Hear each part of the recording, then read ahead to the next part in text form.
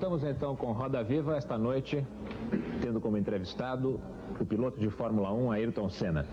Ayrton, um pouco antes de chamar o intervalo, a gente fez uma pergunta do Marcelo Rezende, que eu juntei com uma de telespectadores, estava falando de medo, essa coisa do limite do medo. Como é que você se prepara? Porque deve ser uma tensão maluca, né? Que as pessoas, eu vou dizer, pessoas comuns não têm muita ideia do que seja. Primeiro, tem muito dinheiro envolvido, você ganha muito dinheiro. Segundo, tem um risco... Verdade. Eu não acho, eu tenho certeza. Em segundo lugar, tem o risco da tua vida.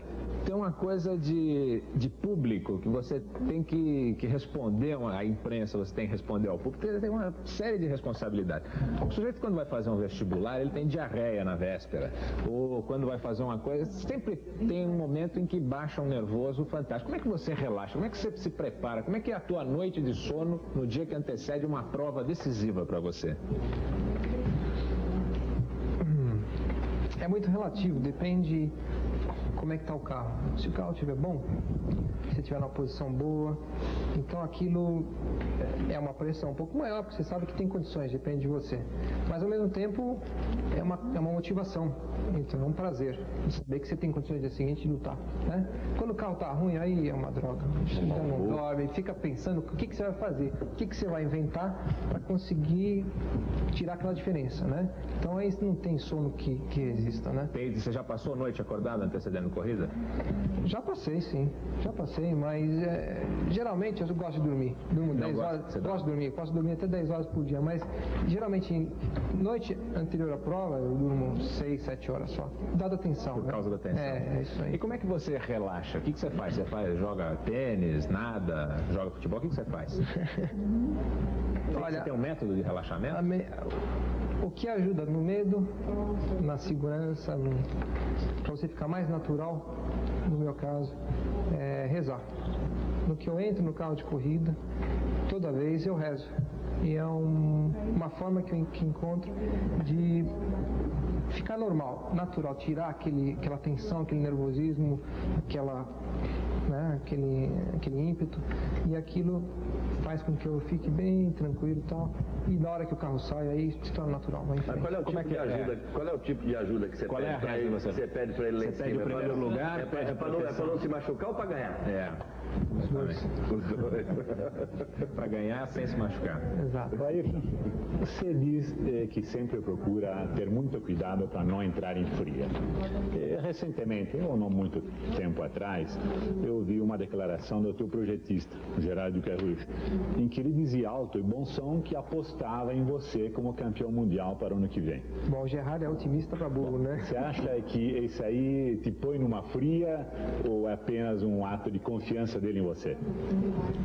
O Gerardo é um francês, a italiana, a inglesa, enfim, ele é uma pessoa extraordinária, tem um otimismo incrível, gosta demais daquilo que faz, é motivado pela atividade dele, que é o automobilismo, e a gente tem realmente um relacionamento extraordinário, e eu acho que a confiança ali é recíproca, tanto eu confio demais nele como ele em mim, e é importantíssimo. Quer dizer que você confia que ele vai fazer um excelente carro? Não tem dúvida, eu acho que ano que vem vai ser bom. Posso fazer uma pergunta aqui? Pode, por favor. Eu queria saber de você o seguinte, a criançada deve perguntar muito para você. Você, quando começou a pensar em correr de kart, todo jogador de futebol, quando começa a jogar futebol, ele tem uma equipe do coração.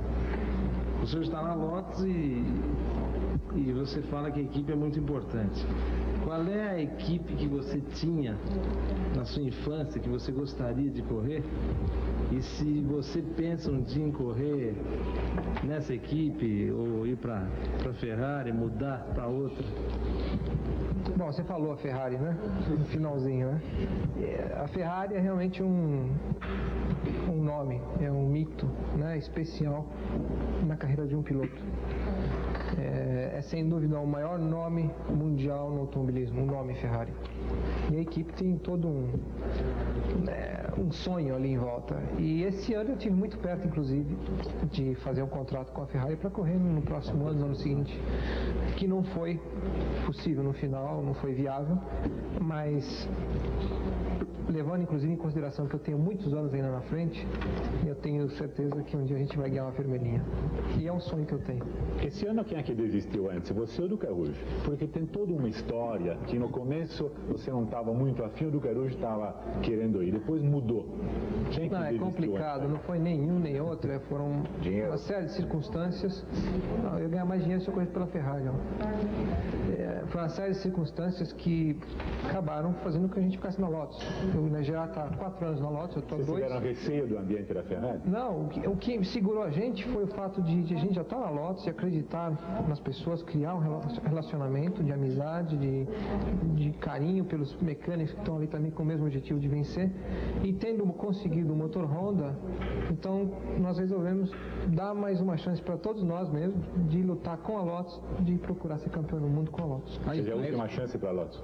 Não, é uma chance para todos nós. Aí esse papo furado com a McLaren, que a gente sabe que é papo furado, foi invenção lá na imprensa italiana, me desculpe o meu amigo Cláudio Karsug, isso aí realmente não existiu. Mas vamos supor, só por amor aqui ao debate, que você fosse obrigado a ir para a McLaren e correr ao lado do Alain Prost. Você gostaria de ter essa experiência? Eu só teria a aprender com o Prost, né? Porque tem que ser dito o seguinte, uma equipe pode ter 2 pilotos de primeira linha, como foi a Williams esse ano, a McLaren foi até então. Quase nunca dá certo. Né? Não, mas a McLaren deu certo até hoje, não deu?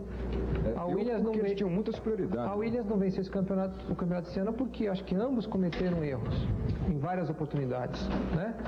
Então eu acho que uma equipe como a Williams, como a McLaren, como a Ferrari tem condições de dar equipamento de igualdade para 2 pilotos do mesmo nível, ou seja, pilotos número 1. Sem um atrapalhar o outro? Eu acho que sim, eu acredito. E correr ao lado, por exemplo, do Alain Prost ou do Niki Lauda, se você tiver psicologicamente preparado para isso, você só tem a aprender, pô. Porque você vai correr ao lado de um piloto do mais alto gabarito. Você vai conviver com ele, você vai acertar o carro com ele, vai correr com o mesmo material. Então, você tem tudo para aprender e para melhorar o seu nível de pilotagem. Você acha que então o esquema de primeiro piloto, segundo piloto não é o melhor? Depende da equipe. Numa McLaren ou numa Ferrari ou numa Williams, eu acho que você pode lutar de igual para igual. Na Lotus até hoje, não. Por isso que houve aquele incidente com o Derek Warwick, então. Exatamente, porque eu tive a experiência em 85 com o Hélio, onde a gente tinha o mesmo tratamento, de que muitas oportunidades faltou o equipamento para ambos. Então a gente, numa oportunidade tinha que ser para mim, na outra para ele, e com isso nós dois sofremos. E daí que eu insisti tanto em 86, de que realmente eles respeitassem de eu ser o piloto número 1, que era um acordo feito já em 84. Ayrton, a próxima pergunta é do Castilho de Andrade, do Jornal da Tarde. Lá vem ele com bomba, vai. Não, agora é simples. É o seguinte, Ayrton, o CND tomou uma medida importante, deve ter ficado sabendo, você estava aqui no Brasil, tirando praticamente a reserva de mercado do Bernie Eccleston e da Foca em relação aos autódromos do Brasil, atendendo a um pedido da Fittipaldi Automotive, que quer trazer para cá, como todo mundo sabe, a Fórmula Indy. Então eu queria saber de você 2 coisas em relação a isso. Em primeiro lugar, se você acha que com isso o Brasil realmente poderia correr o risco de perder o Grande Prêmio de Fórmula 1, já que a FISA, teoricamente, pelo menos, não reconhece a categoria, embora permita que ela seja disputada nos Estados Unidos e no Canadá. Em segundo lugar, como é que você viu essa questão? Você acha que é justo, por exemplo, essa cláusula, onde a Foca tinha direito sobre qualquer prova internacional de automobilismo em autódromos do Brasil? Então? Não, absolutamente. Eu acho que o automobilismo brasileiro tem que ser livre para decidir o seu futuro e estabelecer as provas que bem entenderem a serem realizadas aqui. E eu apoio totalmente a ideia de se trazer a Fórmula Indy para o Brasil, porque Interlagos está aí, um autódromo excepcional, passou por uma grande reforma agora, tem um projeto já para o início do ano que vem de mais outra reforma, e discordo de que um organismo do exterior tenha controle sobre as provas que podem ou não ser realizadas aqui no Brasil. Eu acho que ele agiu muito bem, já devia ter feito isso antes. A segunda parte da questão, você acha que existe a possibilidade de uma represália, do Brasil vir a perder o Grande Prêmio de Fórmula 1 por causa disso? Teve alguma informação sobre isso? Não? Eu não tive informação nenhuma, mas eu não acredito absolutamente, porque o Brasil foi campeão do mundo em vários anos de Fórmula 1 e, queira ou não, é uma peça-chave no Campeonato do Mundo de Fórmula 1 para todos os patrocinadores que estão envolvidos ali, são multinacionais, têm interesse, e a Fórmula 1 vive dos patrocinadores, e o BR não da FISA. Né?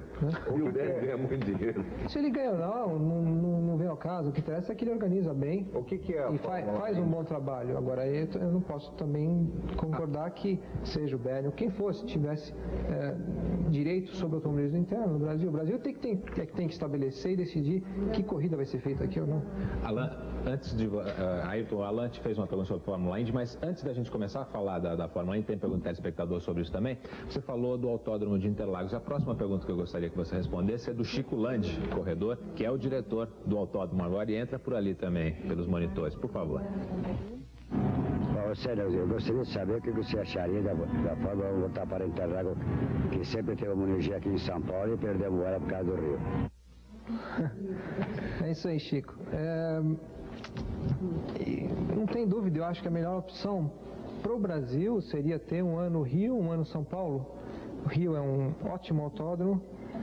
O Rio de Janeiro para a Fórmula 1 também é um local bom, adequado para o turismo, para a imagem mundial, nas transmissões que são feitas mundialmente sobre o Grande Prêmio. Mas São Paulo é quem começou com o automobilismo com a Fórmula 1 e tem um autódromo superior ao Rio, tecnicamente, tem uma vista enorme, é uma pista que tem alta, média, baixa velocidade e para o público, inclusive, de vários pontos da pista pode ver quase toda a pista.